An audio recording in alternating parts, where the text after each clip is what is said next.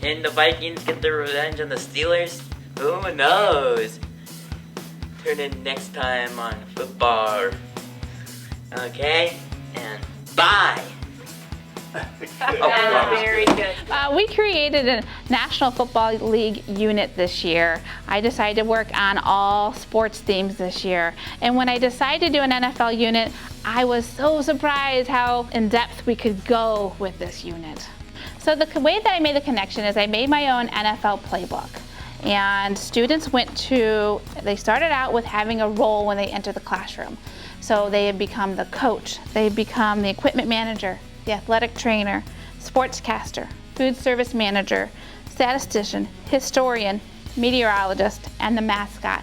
LeBron James. Yeah. LeBron James. Yeah, bounce pass to LeBron James. Rice cranberries. He slams it home. He slams it home with his fried cranberries. Once they have their role, we went into terms and vocabulary and learning all about what's happening on the field. What is the referee responsible for? Of course, we had to go into where are all the NFL teams around the United States. We have a huge United States map and showing them that Florida teams are down in Florida and there's California teams and Ohio teams. The math went into a little bit of the scorekeeping. Who was the winner? Who lost that week? What were the stats? The history went into the legends of the football game. You can't talk about NFL without talking about Jim Brown and Tom Brady and Peyton Manning. And yesterday we did Joe Montana. After the history, we talked about the stadiums. Again, these stadiums are huge. So the capacity of these stadiums are talking about numbers above 100. Many times my students don't see numbers into 80,000, 70,000, 60,000, and learning how to use the comma and the 3 zeros. Once you get to the stadium, it's not just the cost of your ticket. So then we looked at the cost of all the food and adding it all up and how much you would need to take out of the bank to go to your game and be able to then take a friend with you. So over here is our history lesson and how the NFL came to be and how many teams were in the NFL at certain time periods. Yesterday we learned about the inventor of the yellow line and how that has helped people watching the game figure out where the first down is. And today we looked at Roman numerals because all of the Super Bowls are not written Super Bowl 11, it's Super Bowl 10-1 or 10I. So we had to figure out what does that mean? What does a Roman numeral look at? The writing then will be a creative writing story at the very end of their book.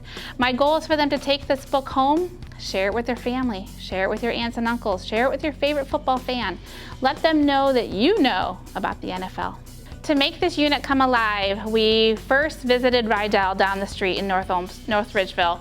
We have the tour of the facility, we got to look at the helmets and how they were made and the safety features of the helmets. We also went over to Ely Stadium, Mercy Health Field, and we went up in the press box. How does that work? How do they control the camera and the microphones? One thing we're doing is trying to get a touchdown together as a team. And a team has to work together. So the concept is I can be good, but I also want my friends to be good. Other things that we've done is the wonderful athletic trainers from Elyria came over and they bandaged us all up. We got our arms all bandaged up and our legs all bandaged up, and they were so much fun to have in here. Mr. Swarko came in, brought the helmets and the pads and let every child try on helmets and pads. And what did it feel like to have a helmet and pad on? So guest speakers make our unit come alive. Having Tony Brown and Mr. Karlovic come in with their microphones and showing them how to be a sportscaster. We have talked about how fans, when they go to the field, the game, they want to buy things to support their team. So we have been selling Browns pillows, Steelers pillows. This is one for the Saints. We've had the Chiefs. The Chiefs are a big seller because they won the Super Bowl last year. So students come and take turns, learn how to sew. When they're done sewing, they go over and they stuff the pillow and then they hand close the top portion. The best part for me is when they write the thank you note. And they put it in the envelope and they deliver it in a huge bag. And the person who bought it was so happy.